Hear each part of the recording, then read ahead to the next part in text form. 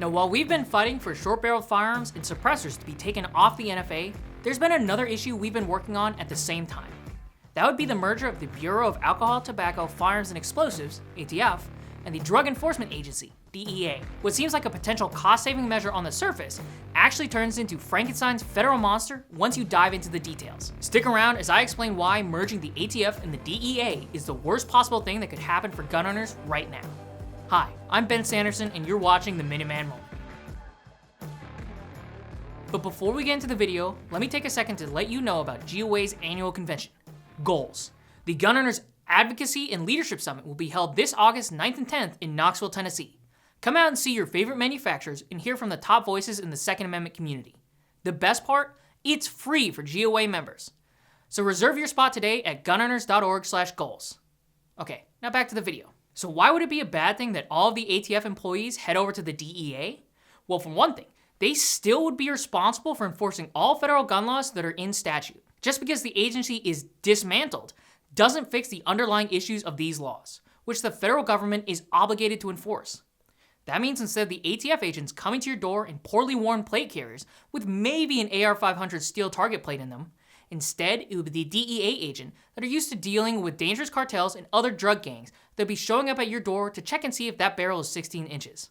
While this might not be a concern during this administration, who have said they want the combined DEA and ATF to focus on drug and gun crime at the border, what do you think the case will be when the next Biden-like president gets into power? Because it's easy to see the future here. Instead of the DEA being assisted by the ATF in border operations, instead, we would see them focus on the American citizen and their Second Amendment rights. To explain how dangerous this situation could be, let's imagine what would have happened during the Biden administration's pistol brace ban. The ATF would have 3 times the budget, 4 times as many tactical units, and 10,000 new employees to track down the 40 million pistol braces and their owners.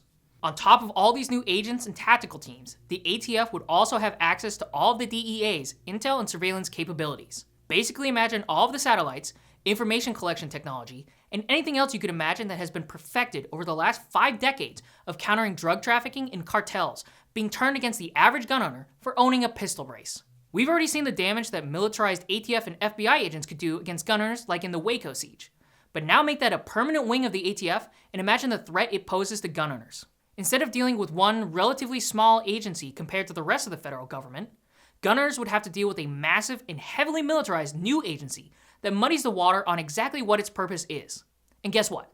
This is exactly what the billionaire-funded gun control lobby has been advocating for years. In 2015, they wanted to merge the ATF with the FBI for the political clout, sufficient resources, and the nearly 2,500 agents to make an impact. They complained that because of gun owners and the lobbying efforts of millions of grassroots activists nationwide, that the budget had stagnated. Merging the ATF and the DEA would be handing the anti-gunners a win on a silver platter. And going even further back, in 1993, Vice President Gore pushed for the idea of combining the ATF, DEA, and the FBI into one massive federal law enforcement agency. Thankfully, this idea died with even Attorney General Janet Reno, the same AG who oversaw the Waco siege, dismissing the idea.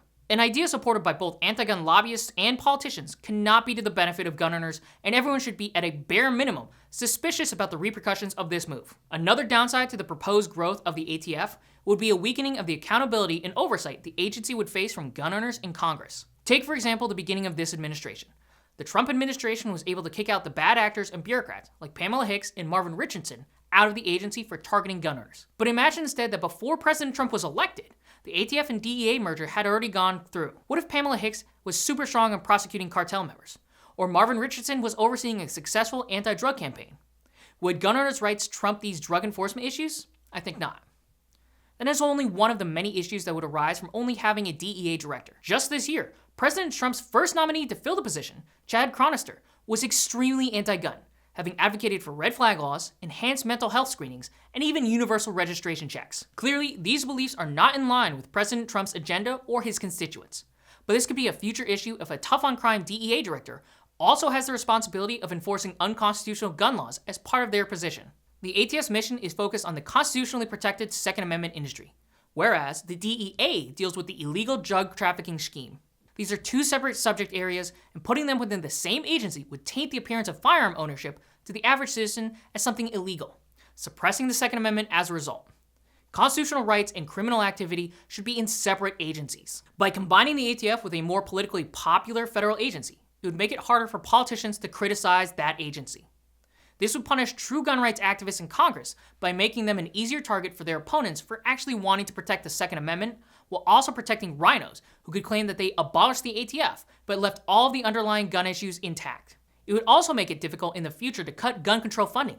Otherwise, anti-gunners would claim it's an attack on counter-drug trafficking operations, creating a murky slush fund of anti-gun and anti-drug funding that's impossible to separate. Speaking of money, another issue would be Big Pharma and their lobbying campaigns.